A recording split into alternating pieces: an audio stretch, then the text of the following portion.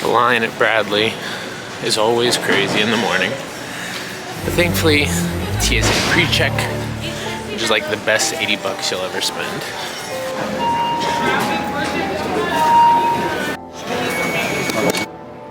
Airport security was uneventful, but apparently my flight is delayed like an hour and a half. And for some reason, the airport lounge is not open today. So, I'm gonna try and quickly share with you guys a few of my top travel tips. Tip number 1, you should get pre-check. If you're flying with equipment ever, carrying on most of your equipment, especially anything mission critical, like in this case, all cameras, lenses, etc., are getting carried on. And if you don't have pre-check, 1, the line's way longer and you risk missing your flight, but 2, they make you pull electronics out of your bag. Pre-check, I believe, is $80 for 5 years. So you apply online, you go fill out a thing that basically says that you're not gonna do anything evil to a plane, and then you have it on all your boarding passes for 5 years. You get what's called a KTN, or known traveler number. So highly recommend filling that out. If you travel a lot or are considering traveling a lot, I would highly recommend getting the Platinum Amex card, because the travel benefits are really, really valuable. One of those benefits includes free pre-check and global entry. So if you're thinking about getting global entry, just get that, because if you get pre-check and then global entry, you will end up paying for it twice. The Amex Platinum also comes with free Hertz Gold status, which I'm going to be using today so I can pick up my car while skipping the line. You get Uber Eats credit every month. You get $200 in airline credit. Sorry, that was Uber credit, but I use it for Uber Eats when I'm not traveling. $200 in Uber credit a year, $200 in airline fee credits. You pick an airline and can use it on checked bags and stuff like that. One small thing I forgot to mention here is that even if you were dealing with production where you were not paying for things directly, like your checked bags and your food, the upside of the Amex credit is that you can still pay for them, have a receipt, and invoice that to production, but the Amex will credit it. So you still get the money, but you also get to keep the money. So that's another little hack. What else does a card get you? You get like hotel status. I honestly don't use that one a lot, but I have it. You get free airline lounge access, and that includes airline lounges that have showers and food and restrooms. So like normally here I'll go to the lounge. For some reason it's closed today, but I'll go get a coffee for free. There's no line as opposed to the Dunkin' Donuts here. Can grab a snack, get free Wi-Fi, have an open chair, charge my phone, and just the money I save on like airport food in a year, plus the fact that it's generally like healthier food, it's totally a worth it experience. And that's all from the Platinum American Express card, which does include a $500 a year fee. But like if you use that $200 Uber credit and that $200 airline credit, you've already saved 400 bucks. Then you count lounge passes, then you count points, then you count global entry and pre-check and all this sort of stuff. I also get a credit off Clear. I think I have like $90 off Clear now. So some airports I just go and they retinal scan me and you go right to the front of security. So big one is pre-check. Second one is if you're traveling a decent bit, Platinum Amex. Even if you considered it just like 100 bucks a year for the airline lounge pass, it's worth it. Oh, and you can take 2 guests in. Terminal, the owner-operator of a red Honda Civic with Connecticut plates parked upper level unattended. Return to your vehicle immediately or it will be ticketed and towed. Someone's car's in trouble. Secondary travel tips. I might try to film unpacking my bag later. My F-Stop backpack. That bad boy is my go-to travel carry-on. You can fit more gear in it than a Pelican 1510 or any equivalent that I've found, and it fits in every overhead airline bin that I have ever been on, including little 3-wide planes where they will tell you it doesn't fit, but tell them it will, and tell them that it's got $40,000 of equipment in it, and they'll usually let you try. Other travel tips. Be kind to airline employees, especially flight attendants, ticketing people, gate agents. Those people have no control over your flight, but if they're on your side, they can sometimes help you. So it's worth having those people on your side. If you aren't checking bags and you have pre-check, this depends on your airport, but you don't have to get there super early. Today was probably the longest security situation I've had in a while, and usually it takes me 5 minutes to get from getting dropped off or parking to being at my gate. So if you're there an hour before the flight, I generally don't get there any more than an hour before the flight. But if you're checking a bag, you definitely want to try to be there around an hour. I'm speaking for my airport. Some airports may be a cluster, but I think any more than 90 minutes is probably too much. Oh, here's another one. If you're carrying on equipment, it's often worth buying priority boarding. In this situation, I believe that I did that, and it was like $19 per flight. And the reason that I did that is because getting on the plane first means very low risk of overhead space being gone. Depending on what airline you're flying, something like Southwest, the situation is a little different.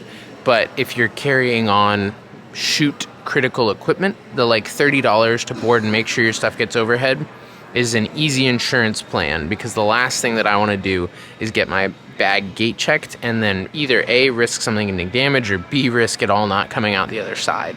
So if that happens, it happens, but I would rather pay the $30 on the scope of this shoot to ensure that my bag stays in my possession the whole time. So priority boarding is a worthwhile thing if you're traveling like that. Another small tip I wanted to mention at this point is that a few years ago I created a travel Google Doc, and this contains all my personal information: name, date of birth, address. I put all my frequent flyer program numbers on there. I put my KTN on there. I put my preferred airline on there. And so whenever I would get called for a travel DP job where production was booking the travel, I would just send them that Google Doc.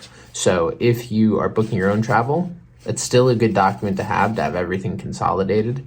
And if anyone else is ever booking your travel, that's a really good cheat sheet, so you aren't constantly sending everyone all of that information. I'm going to try and see if I can find a way to basically show you the template of mine without doxing myself, just to give you some ideas. So I'll try to put a link below or something. Let me know if you want to see that.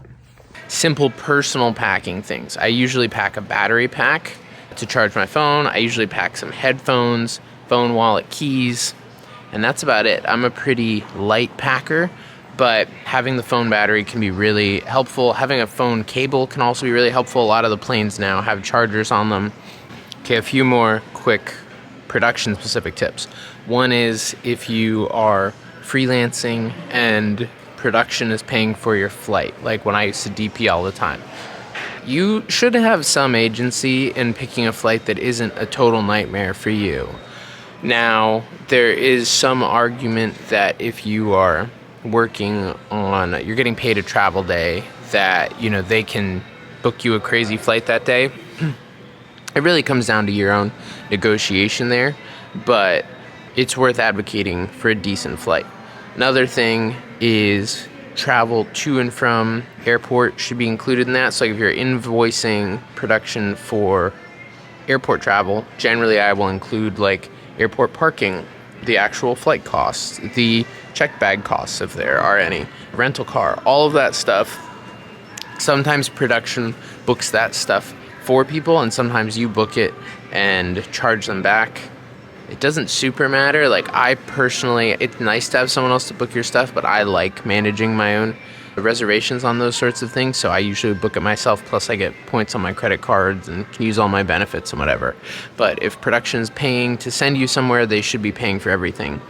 Different things productions will do include, sometimes people will go give us receipts for all your meals, and they'll reimburse you for meals. So if you're gonna get like coffee at the airport or whatever else, like, that's all fair game. I used to feel bad about food on travel days, and you really shouldn't. I would say this is a conversation worth having if it's a travel job up front. There's two ways to go about that. Either you can assert what you want to do, which is probably the better move if you have a policy, and then they can always push back, or you ask them what they do. The other option is sort of like a per diem thing, where they'll say like, oh, you get like $50 or $75 or $100 a day to spend on food and whatever else, in which case that usually just gets, sometimes they'll give it to you as cash and sometimes it gets put on an invoice. There's some like technicalities with like true per diems there, but Either way, it's basically the same thing. It's just like if you get a $75 per diem, you don't have to send receipts, so you could eat for 20 bucks and just pocket the extra money if you want. Where if they're reimbursing, get something decent because they're paying for it, I guess. Travel days. Travel days are an interesting topic because there are some people who will say you should do half days for them. There are some people who will charge nothing for them, and there's some people who will charge full days for them. It really just depends on like how much you want the job and what they have set up. I think there's a strong argument to be made that there's no right answer. So if it's like a 5-day job with like flights on either side, are you going to turn down the job because you didn't get a full day versus a half day on the day you're flying? I don't know. That's a you thing. I have done half days for a lot of my career in the past. At this point, I'm not doing a whole lot of day rate pricing on things, which we will get into in another video. I would say the simple answer there to me is don't get too caught up in the rules and get caught up in like at the end of the day with this whole deal as far as like what I'm being asked to do, what I'm being asked to provide, what I'm getting paid for it. Do I feel good about it? Because a lot of times people get hung up on the line items where it's like maybe you're getting more money for gear and less money for travel days or whatever else it is, and like at the end of the day the line items don't matter that much. Another small thing which I used to do all the time when I was DPing things was in situations where I had to fly in and out of a shoot, I would sometimes see if there was a red eye available to fly home the night we wrapped. You have to make sure that you have enough buffer time to like wrap, load out gear, get to the airport, so on and so forth. But I would usually suggest to production, as long as everyone felt good on the time, was like, hey, I'm okay with flying out, like let's say Thursday night. I'll save you guys a hotel and everything, but I still want that travel day. And usually people will go for that. So you get the extra half day because you're sort of like in an overtime day at that point, right? Where it's like you have a potential full shoot day and then you're also flying. They would have had to put you up and fly you home the next day normally, and you're offering to say, hey, I'll just fly home that night. So that was something that was more like younger hustler in me, but I really enjoyed it. And I think that's a little travel economics hack. You can theoretically do the same thing going in, but there's some world where like the amount of money you're saving on hotels isn't always worth the additional stress of like really long days. So you have to do a little bit of a cost benefit assessment on that. Quick additional point here, if production is trying to book you a flight on the same day as the shoot and you're going past the scope of a regular day, it is totally fair to ask for some version of overtime, a travel day, or an additional day, because it's not reasonable for production to give you, say, a 10-hour day in your rate and then put you on a 5-hour flight home and not pay you for that time. So if they're trying to do that to you, it is totally fair to say, hey, this is beyond the scope of what you're paying me for, this is what I need. A few years ago when I was doing a lot of travel DP work, I got in the habit of like crushing lattes and bagel sandwiches in the morning. And I don't think that's like inherently a bad practice, but I think it snuck up on me and I wasn't being mindful. And a lot of the times I was just, tired, stressed, lonely, and eating out of that and not because I was hungry or needed it. This morning, I'll get breakfast when I get to Chicago. I don't like desperately need food until then. So that's a personal thing, but a tip for me. If I'm on a really early or a really late flight, I tend to try and grab a window seat for two reasons. One is you can lean against the wall if you're planning on being restful, and the other one is if people are getting in and out of the row, you don't have to move. Now, on the other hand, if it's a short flight and you're worried about your layover at all, or if you feel like you're gonna have to go to the bathroom a lot, you can grab an aisle seat. Middle seats are generally to be avoided, but they're not the end of the world. I think that gets overhyped. Another small thing is if you fly Southwest Airlines, the goal is to check in as close to 24 hours before your flight as possible because you get a chronological ordering border assignment. You can't pick your seats. The most underrated seats on a Southwest flight where you can sit anywhere if the seat is open is the exit row. I see people get early boarding all the time and they go sit right at the front of the plane. And unless you're obsessed with getting off the plane 2 minutes faster, it is way better to go to the exit row. There's more leg room. It's just a better move. So if you're flying Southwest, I highly recommend gunning for that exit row, because you'll be surprised how many times people just skip it for some reason. I think those are my biggest travel tips. I think that's it for travel tips for now. I'm gonna see what goes on with this flight here, but if you've got any further travel questions, let me know and we'll take it from there. Thank you guys.